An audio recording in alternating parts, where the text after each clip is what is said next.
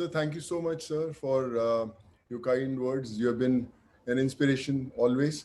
I would, before I, speak about COVID, I would like to say that when I started my journey as an actor, and I used to shoot in Hyderabad and all these neighboring places, and I always used to say Hyderabad looks so beautiful. It's so well maintained. The kind of infrastructure that has come, the IT that has come. How come this is so beautiful? And the only name that used to come was, it's only because of Chandrababu Naidu, sir. And he's the man, he's the visionary who gave this facelift to this whole state. And I always used to tell my staff and the co-actors, "Hey, can we take Chandrababu Naidu, sir, to our states also for some time so that we can also see that progress." So I think that was my introduction to you till I met, till we connected during the COVID times, and it's really a pleasure, sir. Always, getting inspired by the great work that you have been doing, and I always say that Andhra, Telangana now, it's been my second home. My wife is from Andhra. She's a Telugu. I don't know how many people know that, from the Godavari district. So there's a certain connection that was always there before even I started my movie career, and all the love that has been given, it's that brings me back again to my, I would say, my people. And with COVID, I think the bond has grown stronger. We have connected with so many people, so many heroes, and a small example I would like to give is that when I was sending people back home, I connected to almost 1 million people who approached me during the migrant movement. And and when once the first wave subsided, and these people had their education problems, their healthcare problems, and their employment. So I started this platform called Pravasi Rozgar, which was later, called Good Worker with Temasek. We've given employment to almost close to 2 lakh people, done almost 2,400 surgeries, many in Andhra and Telangana, most of them. And, obviously education also. And I realized that people thought that second wave has subsided and everything is coming to normal.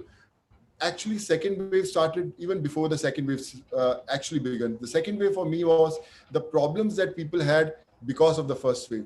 They had lost their jobs. They didn't have money to feed their families. They didn't have employment. They didn't have money to get treated. So actually we were living in that second wave. But the second wave, we again, that hit the COVID thing where people were losing lives. And all these people said that I connected during the first wave, all these people became my workforce. They said, sir, we are in, Vikarabad, we are in Vijayawada. So how can we help? You had helped us go back to our homes. So they became my warriors. And, I always used to say one thing, that, we can only work if you are available 24/7. It's not that, okay, I'm busy, I can give 4 hours. I said, in the middle of night, someone has a medical emergency, I'm going to call you in the middle of night, that you have to help. There's a very one example that I would like to give. Varun is there also today in our forum. And, in the night at 2:30, once I got a image on my WhatsApp, which one image which said oxygen level 60. And there's no message from where that random WhatsApp became, just a picture of that oximeter reading 60. So I called that guy and he said, "Where are you?" He said, "Sir, I'm in Kokatpalli in Hyderabad, and this is my father's oxygen level, and I don't know whether he's going to survive or not." So I called Varun around 1:32, and whole night we were coordinating. We took him to the hospital. We gave him some emergency, oxygen levels. We improved, and then he was shifted to that hospital. And 4 days ago, he was discharged. And I said, can you send me the picture of your father? And the father was hale and hearty. And I thought that, if I would have thought that, should I call someone at 2 o'clock in the night or 3 o'clock, disturb a doctor or someone, so that gentleman wouldn't have survived. So my request to all of you is, when you need to call someone or you need to save a life, just call them. Don't think also. I have disturbed Chandrababu Naidu sir also once, in the middle of night. I messaged him, "Sir, please help." And someone from your team shifted a patient in the first wave from one hospital to other, and we got to save them. So the biggest lesson that I learned during these 15 months is that don't think so that we are not capable to do something. Sometimes a lot of people say, where to start, I don't know. How to help, I don't know. I'm financially not capable to help anyone. So how can I help? I'll become one big businessman, I'll earn a lot of money, then I'll start my help. So my suggestion to all of those people is, don't underestimate your power. You don't need money to help. You just need that one phone call to call someone for help. If someone is having a problem, you can call any one of us. That's why there's a problem. And if we are able to save that individual, I think you have done your job as a warrior. So I feel COVID is the biggest professor that the world saw. It taught us empathy. It taught us what humanity is. It taught us how a normal person can save a life. So take it as a lesson of a life, that it's not about whether you are capable of doing it or not. You have to believe you are capable of doing it. I as an individual, I always used to act. I never knew that I can get 12,500 students from places like Kyrgyzstan, Kazakhstan, Uzbekistan, Russia, Philippines, Georgia. But I got them because I believed that I can get them. I was sending medicines, I was sending injections to people, I was trying to get them ICU beds, oxygen.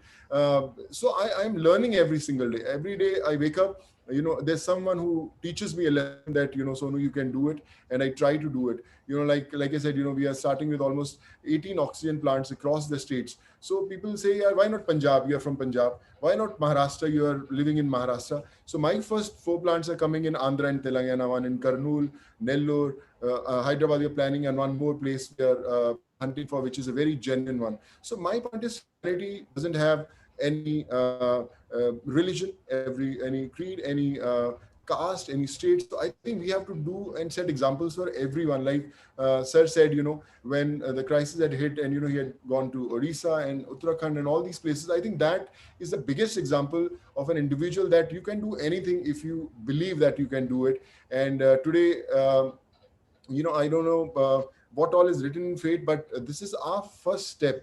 I read a very nice thing in the morning that when you become rich and famous, don't try to improve the standard of living, but try to improve the standard of giving. So you have to, be kind to the word. And we read our lectures, whether it's history, geography, or all these, in all these classes. I always request, it's very important to have a lecture of humanity, empathy, where from first standard till you are doing your engineering or your medical, we have to teach how important it is to learn about humanity and empathy. And especially to our kids, when they ask for those expensive cars or the best life flight system, you have to teach them how we can go to a needy place and give them some ration, or adopt few kids for their education. So I think that's what I have learned. That's what I'm trying to learn, and I'm still open to learn. I just started this foundation called Sood Charity Foundation, and we have been doing a lot of work. And I always say that Sood Charity Foundation is not my foundation; it's your foundation. It's a foundation of 135 crore Indians. We don't need any donations. You just have to call us.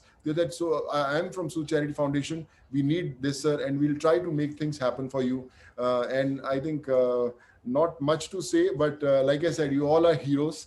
And thank you, thanks a ton for making me a part of this family. And yes, I'm there to learn. I'm there to follow your footsteps. And let's try to change the world, set some examples, and make this world a beautiful place to live in. Thank you. Very nice of you.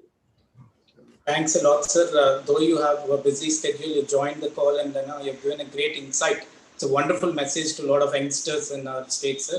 And definitely, we'll definitely follow it. And you said, clearly, you mentioned that so nothing can drive anything. The only thing is the intention of help would drive the philanthropy. Thanks a lot, sir. Thank you so much. Thank you, sir. Thank you. Thank you. Thank you, Sonu Sood. We'll Sir, meet. I look forward, sir. We will meet soon. Sir, coming forward. Sir, looking forward, and I'll come and see you very, very soon there. I will come for you, sir. Yeah, at the earliest we'll meet, we'll work together. I'm very happy. Yes, I'm proud same of here, you. sir. Nation is proud of you. Sir, thank you so You much, are sir. a great icon for serving the people when there is a need.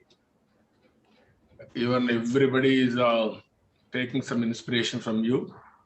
As you rightly mentioned, there is no word impossible. Everything is possible. Only initiative is important. There are so many people, but they never initiated. But whenever there is a crisis, he is coming forward and every day is learning. There is moving from strength to strength. Even during this crisis, I have seen so many pathetic stories, so many problems. Even I used to talk every day 20, 30 phones, either consoling them or helping them. Even sometimes some families, totally 4 or 5 members of a family, totally